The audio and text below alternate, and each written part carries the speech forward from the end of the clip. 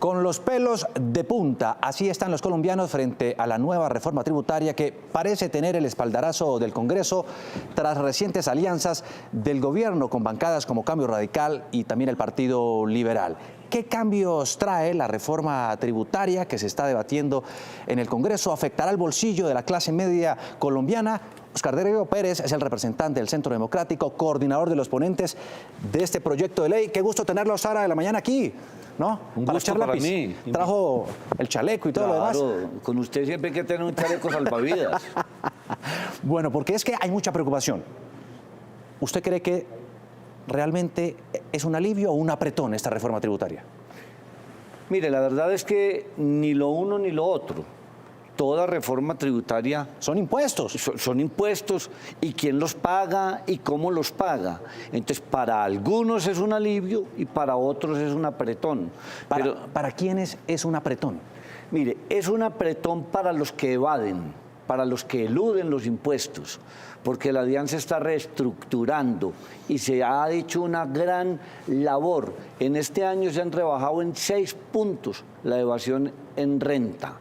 Y nace la factura electrónica para efectos de IVA. O sea, que es un apretón para los evasores. Sí, pero ya hablamos de ese tema de la reducción del impuesto de renta que beneficia directamente a los empresarios de Colombia. Pero ya hablamos de eso. Hablemos del presupuesto para el 2020, que corresponde a 271 billones de pesos, ¿cierto? Sí, señor. ¿Cuánto de eso que se prevé gastar el próximo año está realmente garantizado? Bueno, garantizado por la vía, primero están garantizados todos los 271 billones, porque el presupuesto no se aprobó desequilibradamente. Por eso esta no se llama ley de financiamiento. Fue rebautizada, ley de crecimiento económico. De crecimiento económico. Que es una reforma tributaria. Perfecto. ¿Cómo provienen esos 271 billones? Por la vía de recaudos tributarios, de impuestos. Dígale usted que podemos tener cerca de 180 billones de pesos. 180 billones. Ok. Por impuestos, ¿cierto? Impuestos de todos los órdenes. Hay aranceles, impuesto de renta, IVA, multas, etcétera. Ya. Queda faltando 90 billones. 90 billones, sí, aproximadamente. ¿De dónde provienen los 90? Vienen de lo que se llama las rentas de capital. Entonces, ahí están las utilidades de Ecopetrol, las utilidades del Banco de la República. Ahí está también la nueva deuda pública. Pero hablamos de una deuda de casi el 10%, ¿no? De 54.2 billones de pesos. O sea, este es un país que vive endeudado. No, este país vive endeudado y no es el único. Pues, si algún país vive endeudado en el mundo son los Estados Unidos. Lo que pasa es que la deuda de nosotros está creciendo como porcentaje del Producto Interno Bruto y eso sí es preocupante, pero todavía nosotros soportamos una deuda de ese orden. ¿Se puede? Se puede. Se puede. Bueno, hablemos precisamente de uno de los temas críticos de esta reforma tributaria. Tiene que ver con lo que muchos denuncian, exenciones para los más ricos y que catalogan de injusto. Actualmente se contempla un 32% de renta, ¿cierto? Bajarlo al 32% para llevarlo al 30%. En el 2022, ¿cierto? Para personas jurídicas. Empresas. Empresas, pues. ¿Cierto? Sí. Para empresas. Se va a rebajar. ¿Por qué se va a rebajar si son los que más plata tienen? A ver, primero hay que romper ese mito de que son los que más plata tienen, porque las empresas en sí son productoras de riqueza y productoras de empleo. Los más ricos son los dueños de las empresas y no de todas las empresas. Del 100% de las empresas que hay en Colombia, el 90% son micro, pequeñas y medianas. ¿Por qué la disminución en la tarifa de renta? Colombia no puede seguir con el deshonroso lugar de ser uno de los países del mundo con más altas tarifas de impuestos. Nosotros estamos sumando renta, IVAs y todos los impuestos locales, etcétera, rondándolo cerca de 65-70% de tarifa de impuestos. Eso nos hace ser el 4º país del mundo con mayor tarifa tributaria. Sí. Si usted reduce las tarifas y esta ley propone, como la ley de financiamiento, si usted la reduce, hace más competitivo. Sí, pero ese es el cuento que nos han vendido. No es cuento. Que a menos impuestos a los empresarios, más empleo. Esa es la premisa del gobierno. No, esa premisa no es exacta. Yo le pregunto entonces, ¿por qué si se impuso la ley de financiamiento, que hoy rige, aunque la tumbó la Corte, pero rige para este 2019, el desempleo está desbordado. No, tampoco está desbordado. Ha crecido, pero no desbordado. Bueno, pero está por un Estamos dígito. por el 10 punto... Por encima de un dígito. Sí. 10.2, Algo así. 10.7. Bueno, pero le voy a contar esto. La ley de financiamiento ya mostró sus bondades poniendo ¿qué? A crecer la economía al 3.3% Pero en eso Colombia. es nada. No, eso dice mucho. Si la economía crece, si no creciera la economía, no estaríamos hablando del desempleo que usted menciona, sino de mucho más. En los 6 primeros meses de este año se crearon 178.000 nuevas empresas con una creación de empleos de 780.000 nuevos empleos. Lo que pasa es que no se crearon los suficientes. Pero ahí hay una contradicción, No porque es contradicción. decir que crece la economía cuando aumenta el desempleo es contradictorio. Pero es que, perdóneme, el desempleo no solamente aumenta porque la economía no crezca lo suficiente. Hay otras causas estructurales del crecimiento del desempleo. La informalidad es una. La informalidad que en Colombia es galopante. Entonces, las políticas públicas no solamente deben ser poner a crecer la economía, sino otro tipo de consideraciones, aumentar la inversión, Claro. que venga la inversión al país. Pero hablemos de esas otras exenciones polémicas. En este caso, para, por ejemplo, quienes construyan hoteles. Ustedes dicen que si genera empleo y demás, no pagan impuestos durante un cierto tiempo. ¿Es verdad? Sí, es verdad. Eso no va en detrimento también del recaudo. Eso ya maduró. Esa fue una exención que existió para promover la creación de turismo y de empleo que ya se cumplió. Se crearon muchos hoteles, la industria turística creció alrededor de ellos. Ya a Colombia vienen 3 veces los visitantes que venían hace algunos años. Esa es una inversión ya madurada, es una exención ya madurada. Para mí no se justifica continuar con ella y por eso esa exención debe fenecer, terminarse. Pero esa es una prueba de que las exenciones bien diseñadas sí funcionan. En un documento de la Universidad Javeriana que presentó al gobierno y al Congreso de la República, habla de que todas estas exenciones van a implicar una reducción en el recaudo de impuestos por el orden de los 9 billones de pesos. ¿Cómo entender entonces que se pretende aumentar los recursos para invertir si a los que están en este caso como empresarios invirtiendo se les reducen los impuestos? Es que la inversión no solamente tiene que ver del Estado, si invierte el sector privado también. Cuando aquí crece la inversión, tenemos recursos suficientes para poner a crecer la economía. Lo que dice usted es que las exenciones valen 9 billones de pesos. Miremoslas a ver. La exención que más cuesta, según ellos, es la devolución del IVA en la importación de bienes de capital. Y dicen que eso es para los más ricos. Eso es para todas las empresas. Y vuelvo y repito, el 90% son las más pequeñitas. Una fábrica de confecciones, una persona que tenga una parcela y traiga una guadalladora, una motoalzada, una máquina o una maquinaria que le sirva para el campo.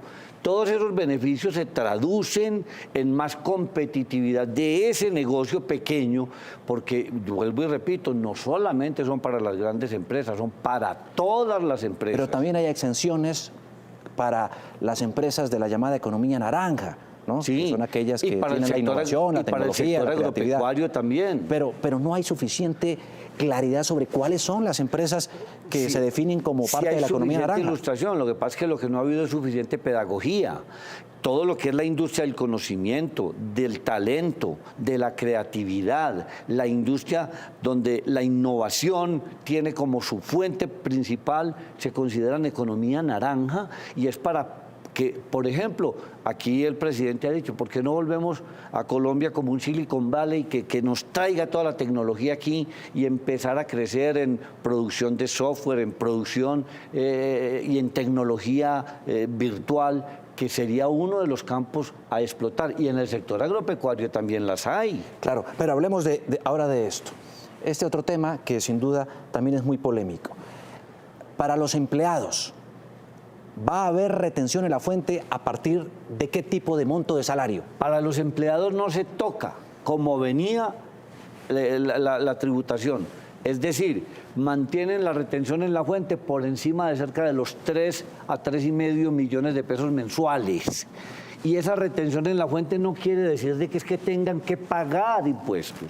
Tienen que declarar y si al final les resulta de que no tenían que pagar los impuestos, pues le devuelven la retención. Pero eso nunca ocurre. No, claro que sí ocurre, las devoluciones ocurren. Eso a uno una vez lo coge la DIAN. No, si usted no hace la solicitud de devolución es porque no la quiere hacer, pero si le sobraron impuestos, puede hacer la solicitud.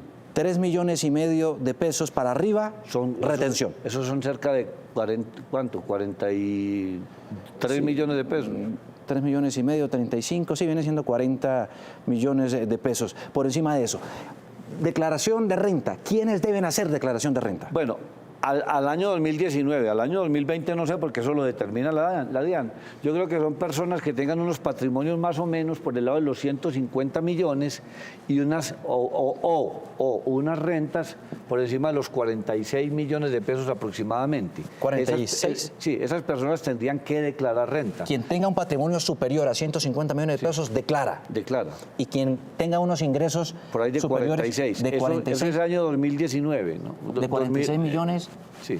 Es decir, alguien que sin una familia se ganan entre los dos, entre el esposo y la esposa, 2 millones mensuales. No es entre los dos, es cada uno. ¿Cada uno? Claro. Ya, muy bien. Y 150 millones de pesos es un apartamento, o sea, quien quiera que tenga un apartamento en un estrato es de clase media hacia arriba. Que 2, 3, eso vale. Le voy a contar una cosa, las declaraciones de renta en Colombia, antes de la ley de financiamiento que hemos conocido, eran más o menos 2.400.000 declaraciones al año.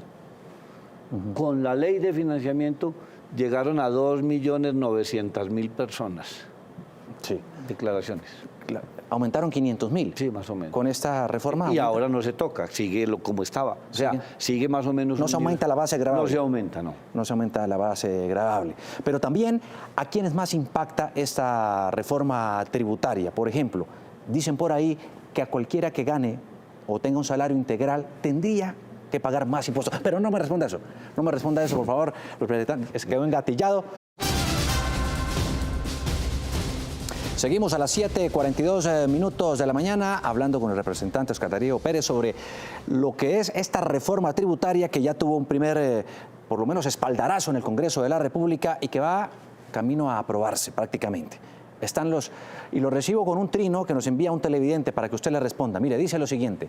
Caroline dice: no me digas, si me compro una casa de 150 millones ya no tengo derecho a comprar más nada porque ya me toca declarar renta y lo mejor es que una casa de 150 millones no es nada y uno se endeuda toda una vida. ¿Qué responderle? No, yo le respondo de que sí puede comprar más, porque el hecho de que tenga un patrimonio de 150, de 200, de 300, el patrimonio no es gravable. Es gravable solamente cuando tiene patrimonios de 5.000 millones de pesos para arriba. Hasta 150, 200, 500.000 no es gravable. Lo que tendría que pagar es si tiene una renta superior, digámoslo, a 45, 50 millones en el año, un ingreso. O sea, si tiene una casa, un bien de 150 millones, declara. Declara, pero el impuesto que aparece, impuesto a cargo, será 0. Y si gana en ese hogar, en esa familia, con ingresos superiores a los 3,5 millones mensuales, por ejemplo, un empleado, si se gana esto y tiene un bien de 150 millones... Puede que tenga que pagar algo por esto, pero la retención en la fuente que la practican es suficiente para el pago. Yo no diría que una persona de 3,5 millones no le dé para pagar 500.000 pesos en un año. O sea que no paga por el patrimonio propiamente dicho, a no ser de que sea de 5.000 millones de pesos para arriba. Pagas por la renta.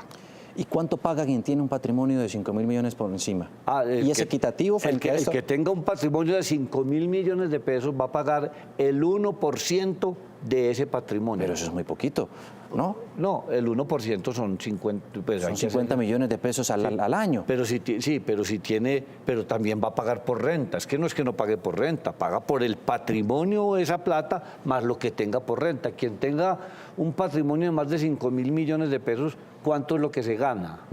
¿Por qué insisten ustedes en el Congreso de la República y este gobierno en sacar adelante esta reforma tributaria cuando en las calles hay una protesta social que les dice, oigan, esa reforma tributaria no? Yo haría una reflexión. Primero, la reforma tributaria se viene discutiendo desde hace un año, porque es la ley de financiamiento. Y el gobierno la presentó en octubre, porque ahí fue cuando salió la sentencia de la Corte. O sea que venía siendo discutida desde antes. Y además, ¿por qué? Porque esta es la reforma que nos permite obtener los recursos para atender las demandas de la calle. Si esta reforma no se aprobara, que es una pregunta válida, ¿a qué ley caemos? A la ley del año 2016 y 2012, que son leyes vetustas que ya demostraron su ineficiencia. Si caemos en esas leyes, no tenemos los instrumentos para poner a crecer la economía, no tenemos los recaudos suficientes para atender el gasto público y no nos queda, sino o disminuir el gasto o endeudarnos más. Hablemos de la parte social que trae esta reforma y de lo que ustedes tanto hablan.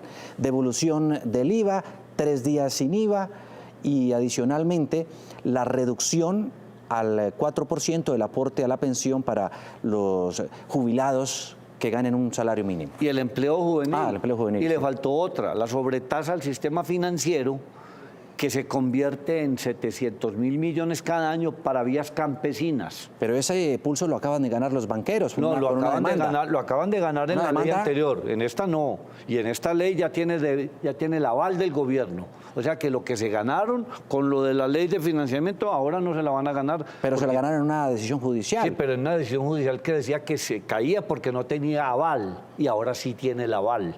Entonces la razón por la cual se cayó ahora no se va a caer. Tenemos a esta hora más participación de nuestros televidentes. Caro Ramos Gaviria dice, ¿y por qué más impuestos para el colombiano de a pie y se hunde la rebaja de salarios para los congresistas? Eso sí sería ser equitativo. Primero, no hay más impuestos para los colombianos de a pie. Y segundo, no es que se hunda la reforma para la disminución del salario de los congresistas. Una senadora de mi partido ha presentado en 3 oportunidades un proyecto de ley para congelar y disminuir las dietas y los salarios de los congresistas. Claro. O sea, hay una conciencia en el Congreso en ese sentido. Sí, pero una conciencia donde ninguno se quiere bajar el sueldo también. Sí, pero porque hace poquito el presidente del Congreso, Lidio García, propuso a través de un mecanismo simbólico y demás, de un acuerdo, que se bajaran cuando menos el 15%. Allá tiene que llegar. Pero eso no pasó. No pasó, no. Es que cada uno tenía que ir a firmar si estaba de acuerdo. Es que eso no es porque yo lo proponga, sino que eso tiene que cambiar unas normas constitucionales y legales. Tiene que cambiar la Constitución, pero la pregunta es, pareciera a veces que el Congreso no oye a la ciudadanía, está desconectada, hay dos narrativas diferentes, una la que se discute en el Congreso y otra en la calle. Hay una visión de eso, pero también hay que precisar, un congresista hoy recibe 32 millones nominalmente, pero cuando usted va a ver las retenciones en la fuente y las retenciones no le llegan los 32, no 22 o 21. Tampoco estoy justificando eso. Además, se los voy a decir porque yo estoy pensionado. Yo soy pensionado. ¿Usted es pensionado? Sí, yo tengo autoridad moral para hablar de ese tema. O sea, usted es pensionado y recibe aparte de esos salarios. No se puede, no. Ya yo iba a decir, uy, no, ahí sí me das para que me haga así. No se puede recibir sino uno de los dos.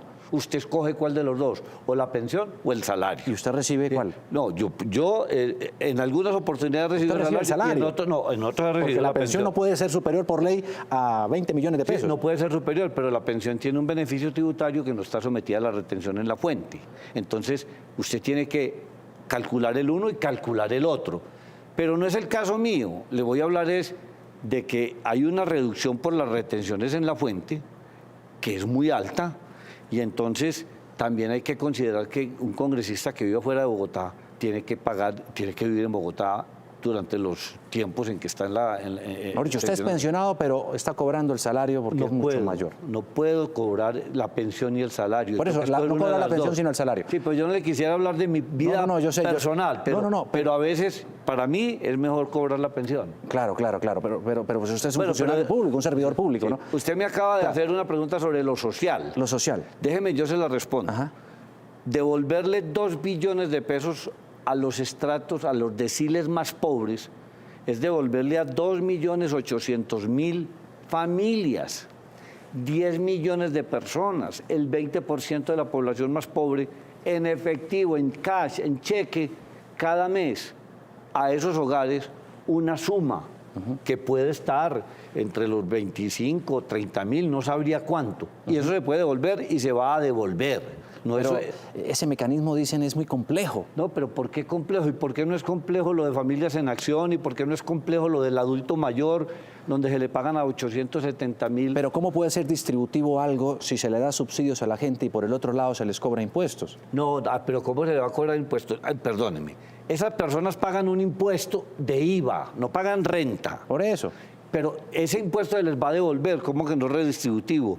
El coeficiente de Gini, que mide la distribución del ingreso, la riqueza de un país, bajaría 2 puntos con ese solo concepto, calculado ya. Sí, pero ahí habría, súmele el 4 por mil, No, porque pero tendrían que usar tarjeta para ir a retirar. Tampoco es cierto lo del 4 por mil, porque las personas que muevan operaciones en un banco hasta 9 millones de pesos mensuales no pagan 4 por mil. Y una persona de esos estatus no va a mover 9 millones. Pero Entonces, le vale el servicio financiero. Ya le voy a decir una cosa. Si le cobran por la transferencia, esos son los arreglos que hace el gobierno para que no cobren por la transferencia al banco, obligarlo. Ahora se han aprobado muchas leyes donde los bancos no pueden cobrar ya todo lo que prestan, todos los servicios que prestan. Pero yo le hago una pregunta, le van a devolver 25 o 30 mil pesos mensuales y yo no entiendo por qué no sea bueno eso. Pues claro que es bueno. Tenemos ya para rematar esta entrevista. Pero me faltó los 3 días sin IVA, lo del empleo juvenil, de una persona que contrate a un joven de 18 a 28 años, se le da el 120% de deducibilidad a la empresa para que haga atractivo la contratación de jóvenes. Oiga, y bajar la cotización a salud del 12 al 8 y del 8 al 4, eso cuesta $1 billón al año. Eso es una muy buena noticia. ¿Para quiénes? Para la mitad de los pensionados de Colombia, la mitad. Pero estaban en mora, acuérdese que eso fue promesa del gobierno anterior y que el mismo presidente Santos la objetó después de que la había aprobado el Congreso. Sí, y dijo muy bien usted, el presidente Santos, pero la objetó, pero ahora no va a ser objetada. Es una propuesta y va a salir. Y eso, pero bueno, entonces ¿a usted le parece que sea buena o mala porque haya sido un poquito más tarde? No, lo que pasa es que eso estaba en mora. Además, pero bueno, es una deuda que tenía. Pero algún día nos debíamos desatrasar, ¿o no? Bueno, y el día sin IVA, 3 días sin IVA, ¿no? Sí, señor. Dicen que eso va a beneficiar a los comerciantes que eso les no va a permitir vender va a más. beneficiar los bienes suntuarios, como lo dijo por ahí un exdirector de la DIAN. Eso es para compras de consumo masivo y personas de cierto nivel y factura y compras hasta cierto monto. Entonces, eso es para útiles escolares, para textiles, para algunos electrodomésticos. Eso es para la clase media hacia abajo, no es para más. No es que la gente vaya a decir, yo voy a comprar un carro ese día. No, no se puede. No se puede. Bueno, rematemos con el trino. Es que se me iba, usted no lo pudimos leer, pero aquí está, dice, ¿qué pasó con la carta que enviaron firmada más de 20 doctores en economía que se oponen y demuestran lo letal de esta reforma? Bueno, muy respetable la carta que enviaron los académicos, se ha estudiado. Nosotros hemos estudiado hasta el punto de que la ley de financiamiento ha generado grandes beneficios para el país. Esta no es una reforma tampoco milagrosa, ni que el país va a hacer historia antes y después de la reforma. ¿Esto garantiza que no hay otra reforma? No, en este gobierno no va a haber más reformas. ¿Usted lo promete? Eso es una propuesta del gobierno nacional, del presidente de la República. Yo no puedo prometer eso porque yo no soy el que hago, yo no soy gobierno, yo soy Congreso. Sí, pero usted hace parte de la bancada del gobierno. Y yo no estaría de acuerdo que se presente ninguna reforma más. Aquí cualquier reforma que provenga tendrá que venir en próximos gobiernos. Oscar Darío Pérez, representante del Centro Democrático, coordinador, ponente de esta reforma tributaria. Muchísimas gracias por estar echando lápiz aquí con nosotros en Noticias Caracol. Somos tendencia a esta hora en las redes sociales y por supuesto, ay, déjeme, no, yo tenía una caricatura para rematar. ¿Le suena? ¿Cómo así que mi limosna ya no le alcanza? Es que me toca declarar renta. ¿Cómo le parece? Del matador. Bueno, y entonces, ¿qué será mejor? Ya le hago una política, ¿qué será mejor? ¿Progresar y salir de esta condición, aunque tenga que declarar renta? ¿O quedarse en esta condición y no declarar? Bueno, ¿qué es mejor? A usted le toca defender. ¿A usted qué le gusta? ¿Qué le gusta? Es que a usted le toca defender la reforma pero tributaria. cuénteme usted, ¿qué le gusta? No, a mí lo que me gustaría es que los que más tienen aportaran un poco más para hacer más distributiva Estamos de acuerdo. No, en eso estamos de acuerdo. Sí.